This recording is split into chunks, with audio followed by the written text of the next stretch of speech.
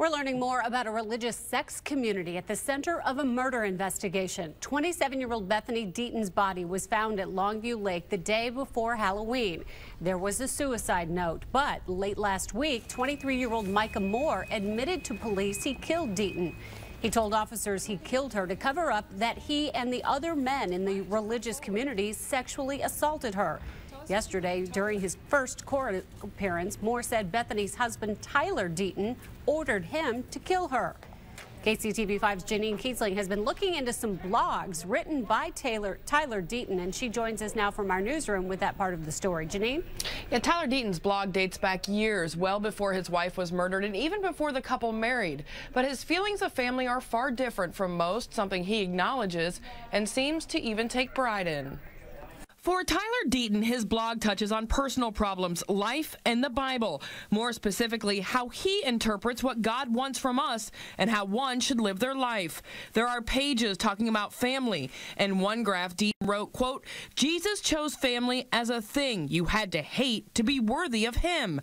On the same blog, Deaton wrote, quote, "Jesus said he came not to bring peace, but the sword, turning family members against each other. That some family connections are so potent that family members will become murderous in the hurt and anger they feel when those connections are not satisfied." On Tuesday, Micah Moore was charged in the murder of Deaton's wife, Bethany. Moore says he was part of a religious community and that it was Deaton who told him to kill Bethany. Moore says Deaton was the spiritual leader of the community and had control over everyone in the group.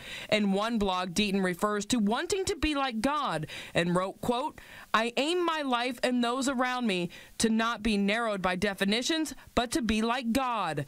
Moore told police the reason he killed Bethany was to cover up a series of sexual assaults against her by himself, other roommates, and even Deaton. He went on to say Deaton was also having sexual relationships with other male roommates in the house.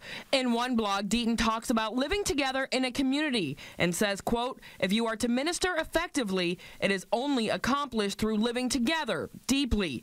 Deaton talks about having deep relationships with more than one person and believes the New Testament did not have the, quote, "overly individualized, isolated lifestyles that 90% of Western Christianity lives in." You cannot survive in a community if you remain selfish.